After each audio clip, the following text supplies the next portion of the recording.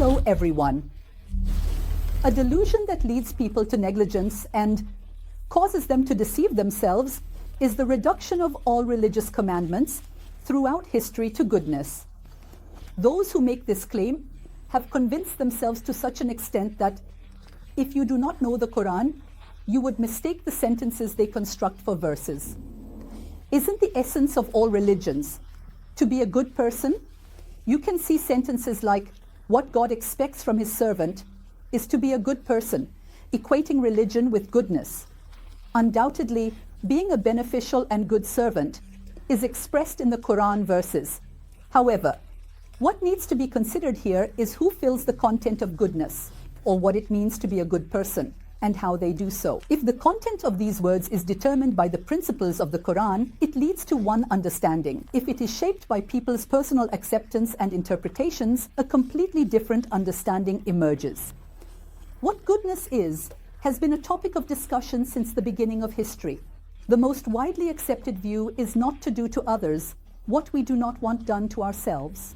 In essence, it is to behave in accordance with the expectations of society, in light of what the society we grew up in has taught us. So how logical is it to prioritize the societal norms that our community considers good over the commandments of God, or to disregard God's commandments while determining what is good?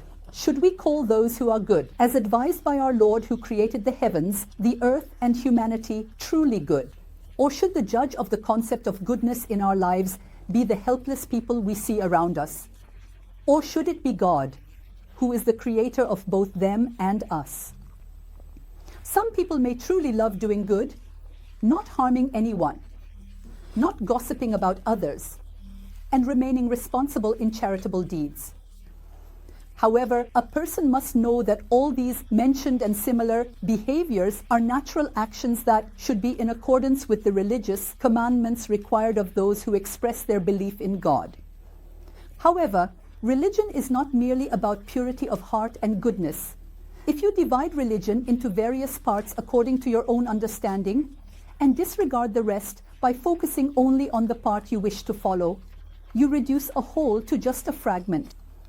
You often hear people say, I am essentially a good person, but I succumb to my ego and anger despite their bad behavior. Therefore, no one easily considers themselves a bad person. The verses of the Quran state that goodness is valid only to the extent that it aligns with the principles established by God. It is not possible to separate the understanding of goodness from God's other commandments and prohibitions. The verses express some of the things that God has commanded to the prophets he sent as messengers to humanity, along with acts of goodness. We made them leaders who follow our command. We revealed to them to do good deeds, to perform prayers, and to give alms. They were only worshipping us. It is a fact that there are many diverse nations living on earth, and almost all of them have their own traditional and cultural beliefs and assumptions. It is possible to find universal acceptances of goodness that can be agreed upon by all these nations. However, as one delves into the details, it is also possible to see the fundamentally opposing notions of goodness and evil. For example, although an intra-family marriage or relationship is generally seen as a bad act, in some societies, this behavior can be regarded as good and quite natural. Therefore, both the understanding of goodness and the understanding of evil are in accordance with divine revelation. In the true sense, what will make that understanding good or bad is that it is not possible to escape religious responsibilities by saying that the essence of all religions is to be a good person. If there is a goodness done without fulfilling religious responsibilities, and if this goodness has truly been done with the intention of seeking God's pleasure, then it is God who will appreciate it. However, even though the goodness done by a person alone is considered goodness in the sight of God, it does not serve as atonement for the things they should have done, but did not. A person earns rewards for their actions and sins for what they do not do. It is also stated in the verses that there can be no goodness without worship. Goodness is not turning your faces towards the east and the west. True goodness is that of those who believe in God, the day of judgment, the angels, the books, and the prophets, and who spend of their beloved possessions for the sake of God, on relatives, orphans, the needy, travelers in distress, those who ask, and for freeing slaves, who establish prayer and give zakat. He fulfills his promises when he makes an agreement. He endures during times of hardship, illness, and war. Indeed, those who possess these qualities are the ones who are righteous. These are the ones who have piety. Merely believing or worshipping alone is not sufficient. For the profile of a believer as emphasized in the Quran, believers are not only sincere and meticulous in their worship, but they also engage in acts that promote goodness and peace.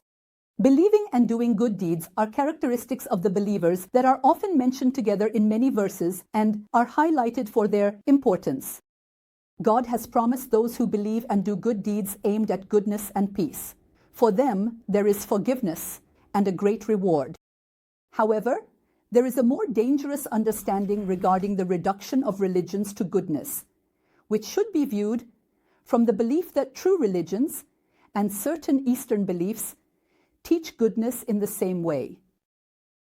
Individuals who interpret Buddhism, Hinduism, or similar teachings as aiming to develop and mature the human spiritual nature and help in understanding existence are attempting to create a synthesis of all religions under the title of Sufism, promoting discourses of love, brotherhood, tolerance, and mutual understanding. Truth is, it is the most suitable system for human nature. Mixing it with human-made beliefs and practices is nothing more than diluting its essence and, in a sense, watering down its rules. Therefore, one should not deceive oneself in this matter and should not separate goodness from religious commandments. I wish everyone a good day.